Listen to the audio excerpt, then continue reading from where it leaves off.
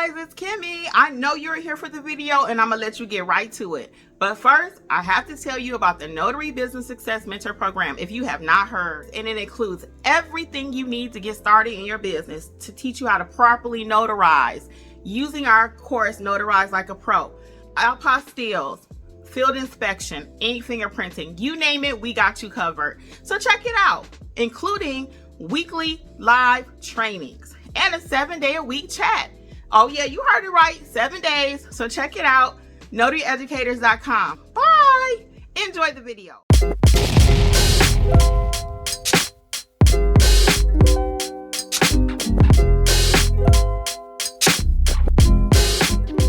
So anyway, so Kim goes in there and she's, we had our masks on because they had a sign out saying, be careful about if you've been away, the questions, if you've been someplace and don't come in if you're sick and stuff like that. So anyway, you had the patient that's in the bed, the two signers, actually the stepdaughter and the daughter, I guess, and then the person that was representing the hospice, and then the person that works there. That room was crazy. So it's about 6 of us in the room. It's about 6. Well, it was about 8. Not 8. It was me, you, the hospice lady, the 2 family members, the worker, and the patient. So it was 7 of us. 7 of us in the room. In this little bitty room there. So I initially heard a change of voice, and I saw that the older lady was sitting up. She wasn't like in a gown. She had on regular clothes on, and she was talking. So I'm thinking, okay, this, there was no red flags up. So now I come into the room. I'm letting Kim do her thing. I had to try to be mindful. There's all women in here, got this, guy in here. So let me just step in the back and just be careful, just be mindful of my space. So anyway, so now Kim, when you're having a scenario like this, and you get this from NNA training and other trainings, particularly for us, we train as far as the importance of reading the room and asking the right type of questions. In other words, does this person know what they're doing? The person that's signing, do they want to sign? Are they aware of what they're signing? Because we've been in scenarios where they said, I don't know what this is, or I don't want to sign this.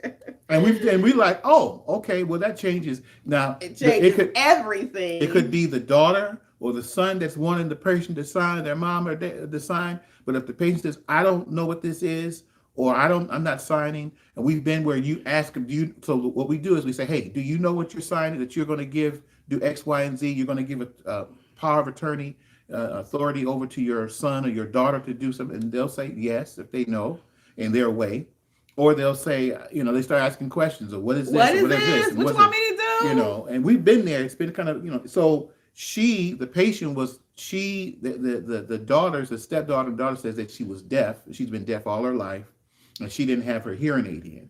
But she had her head down. She had the papers in her hand, the clipboard, because we'd already kind of looked over the paperwork. Before we even get that far, so just one more step in front of that.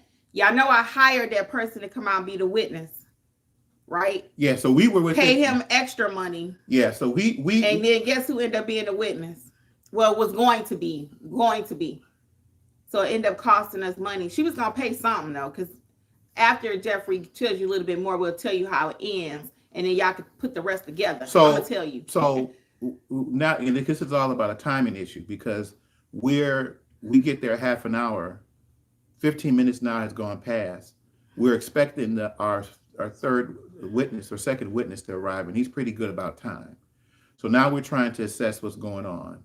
It seems that the patient, she's not going to be able to sign because she will seem weak. She couldn't hear what was going on. Kim tried to ask, do she know what she's signing? But they're saying she got to read my lips. She got to read my lips. And so now the daughter's on her knees. Okay, look at me, but her head is down. She's got her pen. She was completely out of it. She had the pen in her hand, and now her hand's starting to shake. And it was she was starting to get cold. Yeah, she was cold. The situation was going from bad to worse. And so when the person was able to look at her, when the patient looked at Kim, she said, I don't know who she is. So she said that she said, I don't know her. And so we had a race thing too. Not that it was racial, but I'm sure is not too familiar. Maybe she don't have that many black friends. So no, let's that's not. just. I didn't say it was racial, but she saw my black face. She's like, I don't know her. So we get to the patient is now asking, "What do you want me to do?" And a couple of times the daughter says, "We want you to sign the power of attorney. We want you to sign it," but she's now saying, "I just need to lay down." Yeah, she kept saying, I'm So tired. I'm tired. I need to lay down. And at this point, Kim said, "Well, I don't think this is really going to work out." At one point, initially, we thought she was going to do, because she was at one point, like for like a minute, she was very energetic. So I'm thinking, okay, it's going to go through. And when she saw the agent, she was ecstatic. She was like, yeah. She was so excited. So she recognized her. She knew who she was, but that's not enough to get a signing completed. Okay. So when Kim and we're at these types of signings, we're looking at each other while we're looking at the patient to kind of eye contact to say, okay, this is going to happen or this is not going to happen. Yeah, I'm looking at Jeffrey. Yeah. I'm like, initially, I'm thinking it was going to be okay. But then, he was like, yeah, and I was thinking to myself, I don't think this is happening. So then, once it became clear that she was not going to be able to do it, then she laid back down. She was laid back, and she was out at that point. So now we realize this is not going to happen. So now I got to go and call the witness to say, hey, I know you're en route, but this is not going to happen.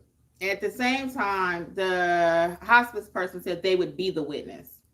So that's another reason why we told him not to come, because hospice said, I'll be the witness, which is typically not the way that goes. Normally, it is not the hospice worker or anyone on staff going to serve as a witness. You need to bring in your own witnesses. But in this case, the hospice worker said she would do it.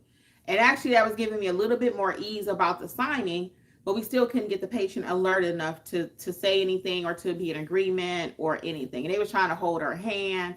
I'm like, you can't, no. So, and they need to be able to, the patient needs to be able to be pretty much aware of what they're doing, even though they might be weak. We've been in scenarios like that. They're tired or weak, but they know what's happening.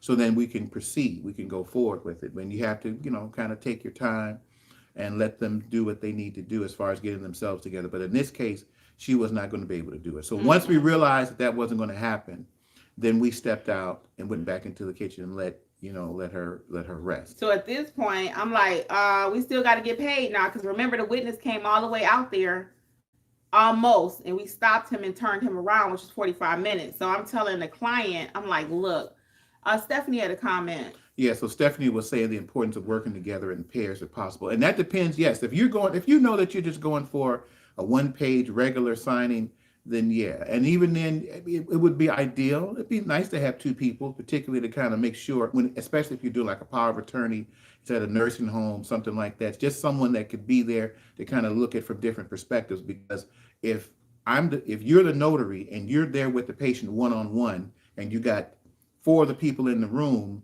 and they could be looking at each other and got little signals going, because we've been in the room where that's happening. So I'm kind of stepping back, because I usually I'm filling out Kim does the signing, meaning she's stamping the paper. I'm filling out the journal. I'm getting the IDs, especially if it's multiple signers, so that we can move it along. But and normally, the majority of people don't have a pair like Jeffrey and I, like she said, a dynamic duo.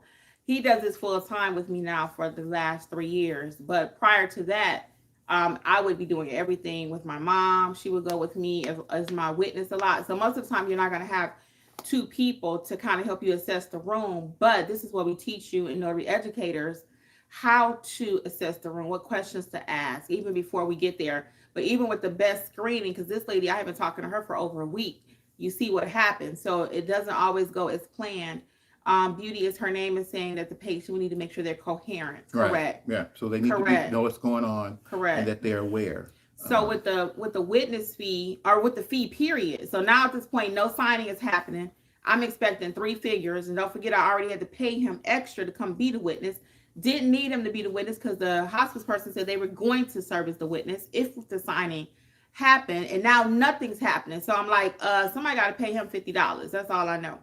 So I told her that. I said, well, what we can do, because you got to be quick on your feet as a business owner. So this is what I came up with. And you guys let me know what you think about this. Was this fair or not? So initially what I came up with, and what would have been your thought? Would you have wanted to get paid no matter what plus the witness?